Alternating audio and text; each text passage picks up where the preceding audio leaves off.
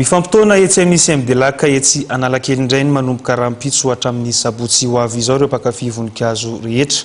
Misy tokoa ny varotra fampiratiana karakarain'ny ceinture verte izay tafiditra indrindra amin'ny andron'ny vehivavy. Mitondra fanazavana mahakasika izay indrindra Ramatoa Belosoa Lala Nirina. Mikasika ny varotra fampiratiana izay tanterahan'ny ceinture verte na fehikibo maitso dia ho tanterahana manomboka rahampitso fa 8 Marsa 2024 izay ankalazana iraisam-pirenena ny andron'ny vehivavy. Mandritry ny 5 andro ny varotra fampiratiana manomboka rahampitso talata ka amin'ny farany sabotsy.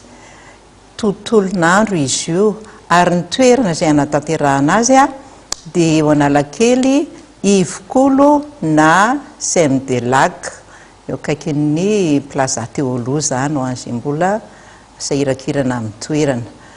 Ny tanjona amin'io varotra fampiratiana io dia fanatsarana ny tontolo iainana miainga amin'ny vehivavy, miainga ao an-tokantrano. Zahay tsy mba manao ny fambolekazo lavitra be fa ao an-tokantrano mihitsy no miainga ny fanatsarana, fitiavana voninkazo.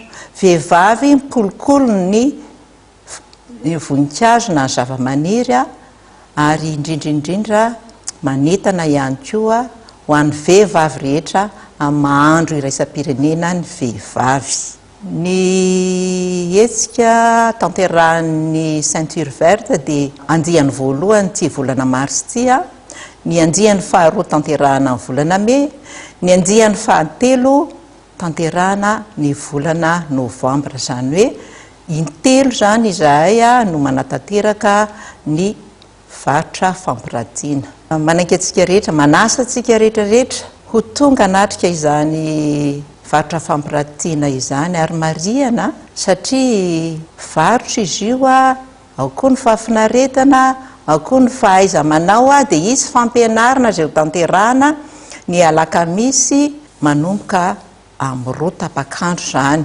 Ny fambolena ahoana ny ikarakarana azy, inona ny fomba atao, inona ny aretina mety mahazo ny voninkazo, koa manainga anareo zany, manasa anareo ho tonga eny Analakely ny alakamisy izay anatanterahana ny fampianarana. Ny hetsika moa zany efa voalaza teo fa manomboka ny talata ka amin'ny farany sabotsy 5 andro tompoko.